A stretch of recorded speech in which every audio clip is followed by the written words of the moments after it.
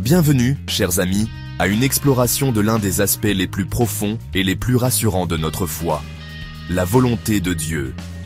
Dans le vaste étendue de l'univers, au milieu du tourbillon de la vie, il est réconfortant de savoir qu'il existe un plan, un dessein, orchestré par un Dieu aimant. Aujourd'hui, nous allons entreprendre un voyage pour comprendre les deux facettes de la volonté de Dieu. Sa volonté souveraine et sa volonté révélée.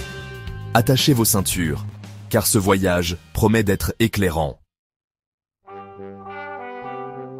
Imaginez un roi, assis sur son trône, tenant dans sa main le rouleau du temps, dictant le cours de l'histoire. Telle est l'essence de la volonté souveraine de Dieu. C'est son plan immuable, sa domination absolue sur toute la création. Dans le livre d'Éphésiens, chapitre 1, verset 11, il est écrit « En lui, nous sommes aussi devenus héritiers, ayant été prédestinés selon le plan de celui qui opère toutes choses selon le conseil de sa volonté. » Rien, absolument rien, n'échappe à la portée de sa main directrice.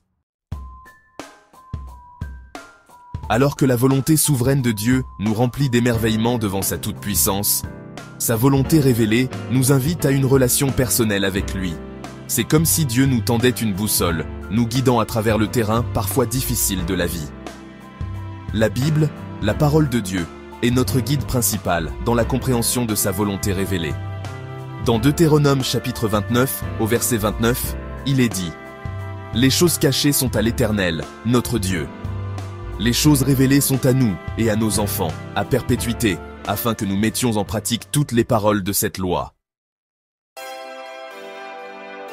Naviguer entre le concept de la volonté souveraine de Dieu et celui de notre libre arbitre peut parfois sembler décourageant. Pourtant, c'est dans cette tension que nous trouvons le plus grand espoir. Nous sommes appelés à vivre chaque jour en cherchant sa volonté, en nous soumettant à son plan, tout en sachant que même dans nos moments les plus sombres, sa main nous soutient.